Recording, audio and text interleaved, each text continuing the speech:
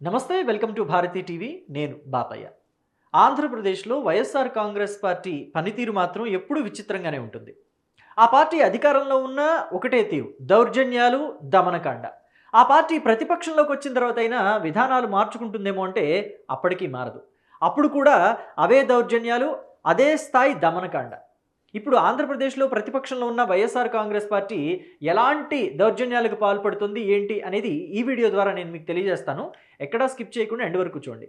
ఆ పార్టీ అధినేత అంటే వైసీపీ అధినేత మాజీ ముఖ్యమంత్రి వైఎస్ జగన్మోహన్ రెడ్డి డిఎస్సికి వ్యతిరేకంగా పిలుపునిచ్చారు. అంటే డిఎస్సిలో అక్రమాలు జరిగాయి, అవినీతి జరిగింది అని చెప్పి నిరసనలు తెలియచేయండి అని చెప్పి 175 నియోజకవర్గాల్లోని వైసీపీ ఇన్ఛార్జీలకి లేకపోతే ఎమ్మెల్యేలుగా ఉన్న వాళ్ళకి పిలుపునిచ్చారు. ఎంపీలకు కూడా పిలుపునిచ్చారు. ఈ క్రమంలో ఆ పార్టీ కార్యకర్తలంతా రోడ్డు మీదకి వచ్చి నిరసనలు ఏమైనా శాంతియుతంగా తెలియజేశారంటే లేదు.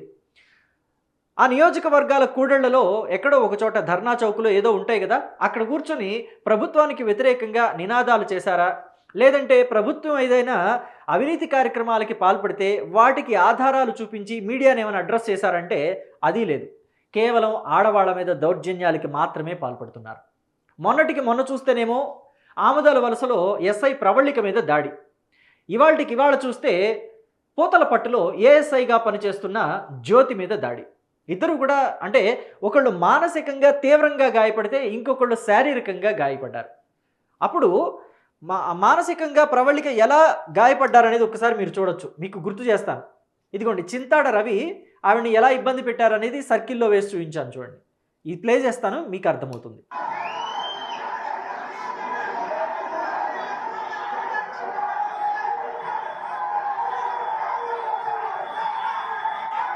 ఒక నియోజకవర్గ ఇన్ఛార్జిగా ఉండి పోకిరీలతో కలిసి, కార్యకర్తల్లో కొంతమంది పోకిరీలు ఉంటారు కదా, వాళ్ళతో కలిసి మహిళా ఎస్ఐ మీద ఎక్కడ పడితే అక్కడ చేతులు వేస్తూ చింతాడ రవి చేసిన ఈ చేష్టలన్నీ కూడా చూసాం.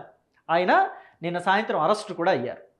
సో అయితే ఇలాంటి ఘటన ఇప్పుడు మరొకటి వెలుగులోకి వచ్చింది. చూడండి, పూతలపట్టు నియోజకవర్గ ఇన్ఛార్జ్ సునీల్ కుమార్, పైగా ప్రొఫెషన్ చూస్తే డాక్టర్. ఆయన చేసే పనులేంటి? ఇదిగోండి, మహిళా ఏఎస్ఐ మీద ఇలాగ చేతులు ఎక్కడ పడితే అక్కడ వేసి ఆవిడని కింద పడేసి తొక్కేశారు. అది కూడా చూపిస్తాను చూడండి వీడియో. ఆవిడ మీద ఎలా దాడి చేశారనేది. ఇది నేను ఆడియో కట్ చేస్తున్నాను, ఎందుకంటే యూట్యూబ్ గైడ్ లైన్స్ని బేస్ చేసుకుని ఆ మ్యూజిక్ నేను ప్లే చేయకూడదు కాబట్టి కట్ చేశాను. ఇదిగోండి, ఆయనే సునీల్ కుమార్. ఆవిడ అప్పుడే కింద పడేశారు. మళ్ళీ వస్తుంది చూడండి, మళ్ళీ ప్లే అవుతుంది ఇక్కడి నుంచి. ఎస్, చూడండి ఎంత దారుణంగా. అదిగోండి జ్యోతి, ఈవిడే ఏఎస్ఐ జ్యోతి. ఆవిడ మీద ఎక్కడ పడితే అక్కడ చేతులు వేసి ఆవిడని నెట్టేసి కింద పడేశారు. కింద పడేసి కూడా ఎవరు పట్టించుకోవట్లేదు, ఆవిడని లేపే ప్రయత్నం కూడా చేయట్లేదు. ఆవిడ తలకి గాయం కూడా అయింది. ఆసుపత్రిలో ఉన్న ఆవిడని స్థానిక ఎమ్మెల్యే మురళీమోహన్ వెళ్ళి పరామర్శించారు. ఇంత దౌర్జన్యం, ఇంత దమనకాండ రాష్ట్రంలో వైసీపీ తప్ప వేరే ఏ పార్టీ కూడా ఇంతవరకు ఈ స్థాయిలో దౌర్జన్యాలకి పాల్పడింది అయితే నాకు కనిపించలా. ఒకవేళ మీకు ఏమైనా కనిపిస్తే దయచేసి కమెంట్ బాక్స్లో తెలియచేయండి. పైగా ఆవిడ మీద ఇంత స్థాయిలో దాడి చేసిన తరువాత కూడా, ఆవిడ గాయపడి ఆసుపత్రిలో చికిత్స పొందుతుందని తెలిసిన తర్వాత కూడా ఆ మాజీ ఎమ్మెల్యే వచ్చి పరామర్శించిన పాపాన పోలేదు సునీల్ కుమార్. పైగా డాక్టర్ అట. ఆయన ప్రొఫెషన్ అంతకుముందు డాక్టర్ ప్రొఫెషన్లో ఉన్నారని తెలుస్తుంది. సో మరి ఇలా ఎలాగా ఆ పార్టీ ప్రజల్లోకి వెళుతుంది? ఏమని ప్రజలకి నమ్మకం కలిగించగలుగుతుంది? మేము మళ్ళీ అధికారంలోకి వస్తాం, మీకు మంచి చేస్తామని చెప్పి ఎలా చెప్పగలుగుతుంది?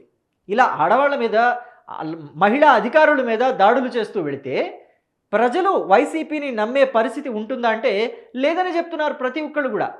కామన్ పీపుల్ దగ్గర నుంచి పొలిటికల్ అనలిస్టుల వరకు వైసీపీ మళ్ళీ తలెత్తుకొని తిరిగే పరిస్థితి ఉండదు, ఇలా దాడులు చేస్తూ ఇలా నిరసనలు చేస్తే, నిరసనల పేరుతో దౌర్జన్యాలు చేస్తే అని చెప్పేసి కూడా అంటున్నారు. ఎందుకంటే ఈ నిరసన కూడా ఎక్కడా కూడా కారణం ఉన్నట్టు కనిపించడం లేదు. డిఎస్సిలో అక్రమాలు జరిగాయంటే మినిమం ఎవిడెన్సెస్ చూపించాలి కదా. హైకోర్టులో కేసు వేశారు, ఎవిడెన్స్ ఏమైనా చూపించగలిగారా? లేదు, ఎవిడెన్స్ లేవని చెప్పి చేతులు ఎత్తేశారు. మరి రిజర్వేషన్లలో అక్రమాలు జరిగాయి అన్నారు. దానికి సంబంధించి ఎవరైనా అభ్యర్థులు మాకిలాగా అన్యాయం జరిగింది అని చెప్పేసి ఎవరైనా ముందుకు వచ్చారా? వాళ్ళు ఎవరైనా కేసులు వేశారంటే లేదు. మరి ఎక్కడ జరిగింది అన్యాయం?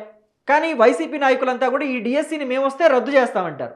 ఇప్పటి వరకు వాళ్ళు అధికారంలో ఉండి 5 ఏళ్ళు కూడా గతంలో 2019 నుంచి 24 మధ్య ఎన్ని రద్దులు చేసుకుంటూ పోయారు అనేది చూసిన ప్రజలు మరోసారి వైసీపీకి అధికారం ఇస్తారా ఇలా రద్దు చేస్తూ వెళ్తామనంటే? వాళ్ళున్న 5 ఏళ్ల పరిపాలనా కాలంలో ఒక్క డిఎస్సి కూడా ఇవ్వలేదు. పైగా ఇప్పుడు వచ్చేసి రేపు మేము అధికారంలోకి వస్తే ఉన్న డిఎస్సీలను కూడా రద్దు చేస్తాం, ఇచ్చిన ఉద్యోగాలు కూడా పీకేస్తామంటే ఎవరైనా ఓటేస్తారా? వాళ్ళ ఫ్యూజులే పీకేస్తారు ప్రజలు, ఓటర్లు వాళ్ళ ఫ్యూజులు పీకేస్తారు. సో ఇది వైసీపీ ఖచ్చితంగా గ్రహించాలి. సో అయితే ఇక్కడ ఇంకొక విషయం కూడా గుర్తుపెట్టుకోవాలి, ఖచ్చితంగా చర్యలు తీసుకోవాలి. ఎవరైతే సునీల్ కుమార్ ఉన్నారో పూతలపట్టు నియోజకవర్గ వైఎస్ఆర్ కాంగ్రెస్ పార్టీ ఇన్ఛార్జ్, ఈయన మీద చర్యలు తీసుకోవాల్సిందే, ఖచ్చితంగా కేసు ఫైల్ చేయాల్సిందే అని చెప్పేసి అంటున్నారు, డిమాండ్ వస్తున్నాయి. అయితే ఇప్పటికే కేసు ఫైల్ చేశారు, ఈయన్ని A1గా చేర్చారు అని కూడా తెలుస్తుంది. చింతాడ రవికుమార్ని ఎలాగైతే నడి రోడ్డు మీద నడిపించుకుంటూ తీసుకువెళ్లారో సునీల్ కుమార్ని కూడా అలాగే నడిపించుకుంటూ తీసుకువెళ్ళాలి అనే డిమాండ్స్ కూడా వినిపిస్తున్నాయి. మరి ప్రభుత్వం ఎలాంటి చర్యలు తీసుకుంటుంది ఏంటి అనేది తెలియాలంటే కొద్ది రోజులు వేచి చూడాలి. దీని మీద మీ అభిప్రాయాన్ని తెలియచేయండి ఖచ్చితంగా. ఎందుకంటే ఆడవాళ్ల పట్ల వైఎస్ఆర్ కాంగ్రెస్ పార్టీ ఈ స్థాయిలో దౌర్జన్యాలకి పాల్పడుతుంది, మహిళా అధికారుల మీద కూడా ఈ స్థాయిలో దౌర్జన్యాలు చేస్తుంది అనంటే దాన్ని మీరు ఎలా చూస్తారు? వైసీపీ మళ్ళీ ఏమని చెప్పి అధికారంలోకి వస్తుందని మీరు అనుకుంటున్నారు? ప్రజలకి ఎలా భరోసా కల్పించి అధికారాన్ని తెచ్చుకోగలుగుతుందని మీరు అనుకుంటున్నారా? అసలు ప్రజలు వైసీపీని నమ్ముతారని మీరు అనుకుంటున్నారా? ఓట్లేసే అవకాశం ఉంటుందని మీరు అనుకుంటున్నారా? మీ అభిప్రాయాన్ని క్లియర్గా కామెంట్ బాక్స్లో తెలియచేయండి. Thank you.